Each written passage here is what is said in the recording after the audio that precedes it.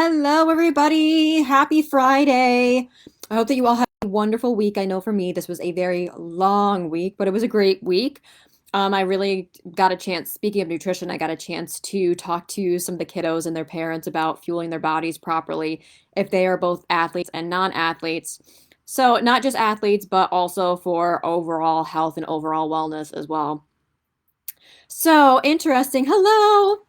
So I was inspired by this recently as I was just talking to somebody about a ketogenic diet that they decided to go on. Now, this is a very, very popular diet, and that's exactly what it is. It is a diet. But there are also other diets out there too that are they optimal? Are they beneficial? So that's kind of like what I'm going to break down today. In particular, I'm going to share some studies, I'm going to share some research. But lo and behold, I do want to emphasize kind of what I emphasized last week when I talked about male versus female nutrition and carb loading when it came to a half marathon. They are very different because they use different substrates differently because of their hormones. So think about that. Keep that in mind as I'm talking about this today with therapeutic diets and ketogenic diets in particular. So with that in mind, hello, my name is Drew Mulvey. I am a certified dietitian nutritionist, board certified nutrition specialist, and certified integrative sports nutritionist. I work with both athletes and non-athletes, business owners and coaches to really help you to build your resilience, to improve your recovery, and to really help with not only your athletic potential, but your life potential so you gain your vitality back through several different modalities. If that sounds like you, I'd absolutely love to speak with you. And yeah, definitely sign up. So the link is going to be available in my bio. You get a 1 hour free strategy session with me. So basically, I learn a little bit about you, and then I'm going to give you kind of some strategies that I implemented into my routine that has helped me to go from fibromyalgia and another autoimmune condition at 20 years old to completing a half Ironman last month and just doing another half marathon over the weekend, which I could have gone longer. Actually, once everything kicked in, I could have gone longer. I don't know, my legs would have liked that, but it would have gone longer. But anyway, speaking of that, I was talking about different strategies for carb loading based off of different hormones and how your body is using those substrates. One of those things I was talking about is that I'm still in my luteal phase. So the luteal phase is the second half of the women's cycle. That's when progesterone is peaking. I was past that. I was starting to get to be where progesterone and estrogen are really getting down and then going into the week before. So what I was thinking during that time, your body is more oxidizing fat. It's a little less insulin sensitive. It's a little bit more catabolic. It's a little bit more on edge, and you're going to need a little bit more protein. So does carb loading is it really effective during that time? Well, I'm going to go into this a little bit, and then I will go into the actual diets because this is really important. This actually segues into what I'm talking about. So because of fat oxidation, you're able to store glycogen in that phase, but you're not able to utilize it properly. Keep this in mind. This is going to play into what I'm talking about. So I was thinking, well, what the heck is the point of actually carb loading then? Because your body's just going to be dependent on exogenous carbohydrates to be able to keep fueling you. And I knew that I was going to have more before, during, and after just to be able to get through. Let me tell you, when the carbs actually did kick in, whew, I felt really good and I was able to maintain a pretty solid pace. It was a hilly one, so my pace was about 10 minutes and 13 seconds, I want to say. So good for me. That was good for me. If that was flatter, then it probably would have been more of like the 9:30 range, I want to say. But so with that, I was thinking, well, what's the point of even carb loading? And last week I talked about those studies that it was mentioning that when women versus men carb loaded, so the amount of glycogen that was actually stored was about 23% versus 5% for women. So you needed to overload and give more substrate in order for women to store more glycogen and to be able to utilize that. But if you're not even utilizing that, then that can be a slight problem. So you need to have that exogenous carbohydrate source. Now, here we go. Therapeutic diets and ketogenic diets. Whichever one you want me to talk about first, probably I'll go into the ketogenic diet. All right, so ketogenic diets, pretty much everybody, it's been thrown out. I mean, if you don't, I'll go into it because pretty much everybody's been researching this. But a ketogenic diet is basically getting your body into ketosis, where you're going on a very extreme low carbohydrate diet where your carb intake is less than 50 net grams of carbohydrates, and that gets the body into ketosis. So ketones, your body's running on ketones, and your body is metabolizing fat and oxidizing fat much more effectively because it's not pulling from glycogen and it's not pulling from glucose. You don't have that. I don't want to say you don't have circulating glucose. I mean, shoot, you need some, but you're not reliant upon that. And that has been really popular for weight loss strategies. It's been popular for endurance to be able to create adaptations. It's been popular. Well, it's been recommended for endurance athletes because fat oxidation takes place at zone 1 and zone 2, particularly with ultra runners. You're not going in zone 3 and zone 4 for over the course of 10 hours. My gosh, way to burn yourself out. Well, there's a way to not burn yourself out, but I don't need to get into that. But yes, when you're in zone 1 and zone 2. Now, as I had mentioned last week, that women are better fat oxidizers, so we can pull a little bit better from the fat oxidation. And then when we're longer in the ultra run, then that's going to be beneficial for us. But interestingly enough, I was digging deep into this and I looked at some of the studies, and I have to say that one of the studies, it was saying that ketogenic diets could actually be beneficial for endurance athletes. And when I looked at the study, actually it was a meta-analysis. Every single study that they looked at was males, males, males, males, and males. Okay, so we talked about that last time, that males, you're much more effectively going to be utilizing carbohydrates. So you can pull from that little extra carbohydrate a heck of a lot better than we can. Now, you're not as good at fat oxidizers, so if you're on a ketogenic diet and you're doing things like that, then you're going to probably be utilizing that a heck of a lot better. It makes complete sense. Plus, you're able to tolerate it a little bit better because testosterone, I want to say testosterone kind of gives you a little bit better of not I don't want to say adaptive, like adaptive to stress, but it helps you to handle stress much more effectively. So with that, yes, these studies, if I'm getting clinical, if I'm getting but with the research, the studies did indicate that there was an improvement in VO2 max for those in particular for the endurance athletes.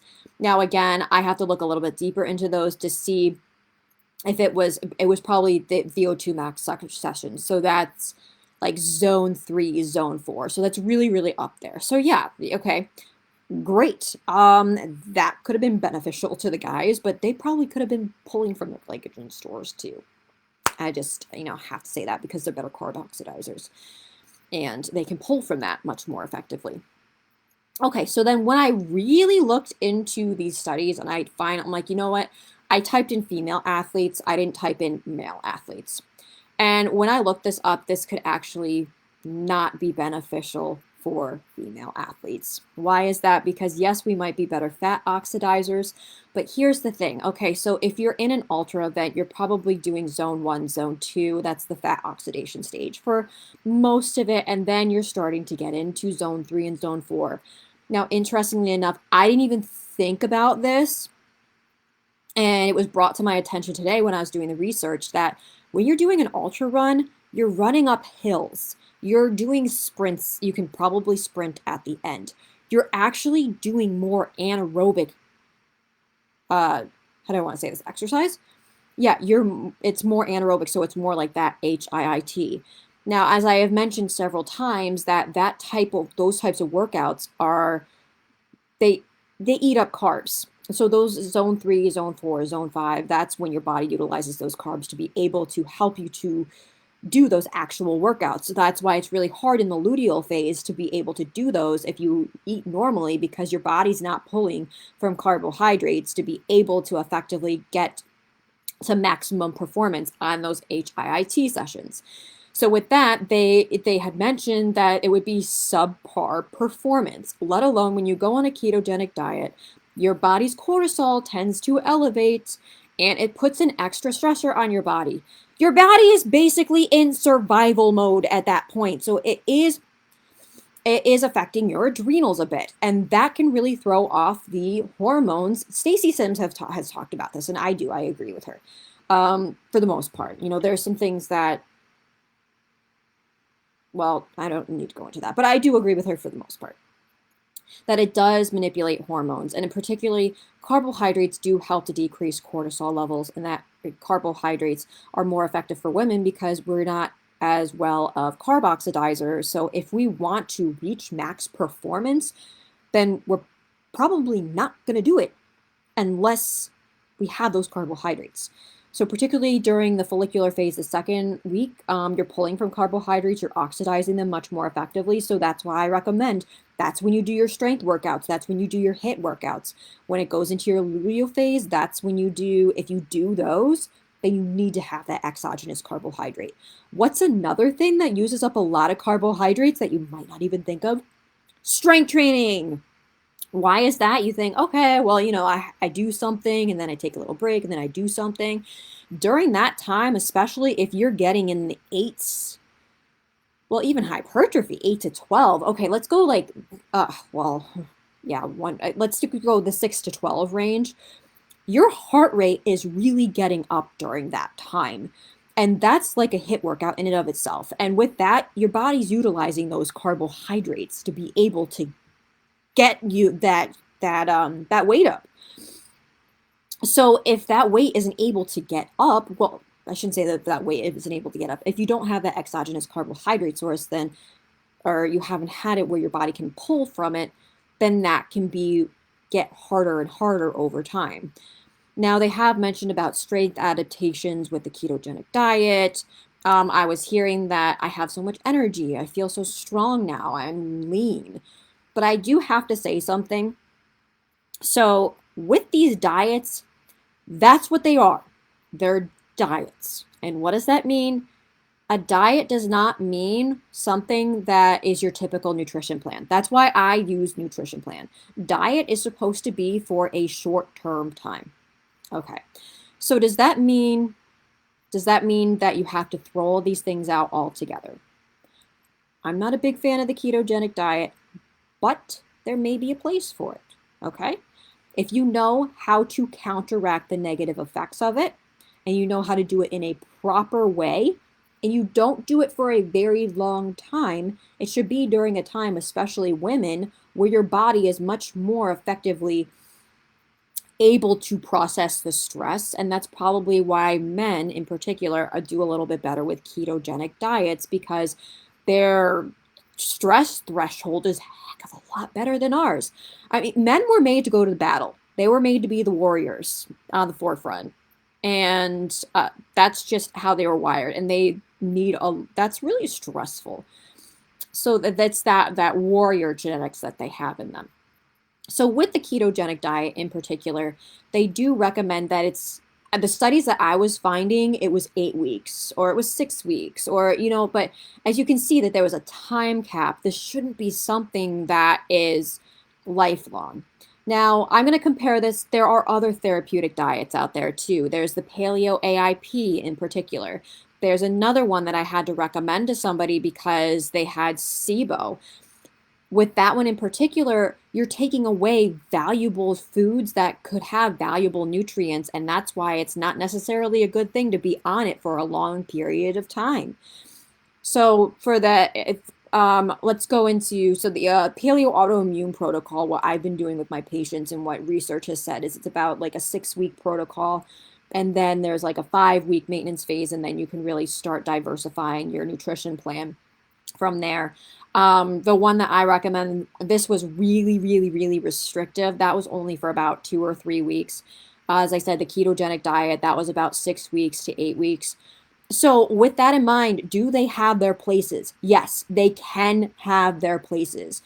And it can be really scary to have to come off of those because you think I was feeling so good, but eventually your body starts reacting and your body starts telling you that's not what it wants anymore. Actually, I read a book for my master's program, and it opened my eyes about this. That, okay, there's the D word. Ugh, all right, I think I need to use it for this one. All right, when people go on detoxes, for example, and they take away certain foods, they take away certain things. There's different ways that people do detoxes, right? Um, and there was one patient that the author was speaking to, and they had great success with the detox. They're like, I'm feeling so good. I'm feeling so energized. I want to stay on this. And they were staying on it, and then the crash came. And that's where they started feeling like crap again, because your body can't be doing something that is extreme for those long periods of time and think of it as sustainable. So, what exactly okay, let's see which one I want to talk about first. So for females, should we talk about females and its place and with the ketogenic diets in its place? Can we? I'll talk about that. All right. So does ketogenic diets have its place? In the short term, yes. In the very short term. For women, I don't think that it should be a dietary thing, but there are ways to counteract that. And the best way, usually what they're recommending, the best way to be able to do this is to have some low carb days followed by some higher carb days. That's kind of, it's the idea of carb cycling, which that's what I was looking for in the research. So low carb days, days have their place. When you time your carbohydrates, can have their place. When is the best time to do that low carb phase? For women, it is going to be during your follicular phase. That's going to be during your second week because your body is able to handle the stressors much more effectively. So that would be like leading up to ovulation. Why is that? Also because your body's going to be able to pull from glycogen and oxidizing carbohydrates a heck of a lot more effectively. So you can get away with having a little less carbohydrate in your system. Plus your body, I said this last week, it's not necessarily that you're oxidizing more fat, but you can utilize that fat much more effectively so that it kickstarts a little bit more effectively to be able to keep you going for the endurance event. So as I shared that example last week or a couple weeks ago, that when I'm training during that time, if I do any sort of, well, I have done carb fasted, but I can get away with just doing about 30 grams of carbohydrates for that hour as opposed to the whole 60 grams per hour because that little switch to fat helps me out there. My body's also able to use the glycogen much more effectively during that time as well. So those the stored glycogen. Now, here's the thing is that you want to have that stored glycogen and you need to have those carbohydrates. You're not going to be performing necessarily your best at that time. Yes, it can be an anti-inflammatory, but you could have gotten the results because you took away foods that are really inflammatory. You're taking away gluten. You're taking away corn, because that's usually high glycemic. You're taking away sugars, you're taking away pastas. You're taking away some things that could be really pro-inflammatory. You could have issues with some foods. So really what I'm saying is that you can actually accomplish the same thing by incorporating a whole bunch of different foods and staying away from the ones that are not beneficial for you. But I will get to that. I'll just recap on that. So for the women, that would be completely fine to do like maybe 3 days where you do like low carb around that time, because what that does do is it actually creates mitochondrial biogenesis and it creates those adaptations. So it can help you with energy, but having those higher carbohydrate days, that's going to help you with the glycogen storage. So particularly the luteal phase is going to help you with that glycogen storage. So you want to have the contrast of those two in particular. Now, again, the luteal phase, you're going to want more complex carbohydrates unless it's around your workout. You're going to want to have more simple carbohydrates because your body just needs to pull from them quick to be able for maximal performance. But here's the thing with the ketogenic diet. Eventually, it gets to a point where because it is creating those adaptations and you're kind of subpar when you do incorporate those carbohydrates and your body's using them effectively, your performance is going to skyrocket if you know how to do it effectively and you're not introducing those pro-inflammatory foods. No, so that's again another basis for the ketogenic for a little bit, and then the carbohydrate, I should say, for just like a couple of days. So what the research was saying is that when your heart rate gets up to about 80% and it's 80% relative perceived exertion, then you might not be able to get past that because your body's really reliant on the carbohydrates for zone 3, zone 4, and zone 5. It's zone 1 and zone 2 that your body's going to be oxidizing fat. So that's where over the long term, like you might feel great because yeah, you're not having sugars, like you're not having a lot of crap usually, excuse my French, when you're on a ketogenic diet. And then if you do it the right way, you're actually getting some nutrients in there and that you're counteracting the negative effects of it.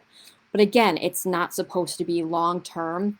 And I'd like to share my experience. Like therapeutically, I did have to do a paleo autoimmune protocol on myself because this is part of something that I have to do to manage my symptoms. But does that mean that I had to be lifelong on the paleo AIP? Absolutely not. What you do is I started incorporating foods that I actually did okay with that might not have been on the paleo AIP.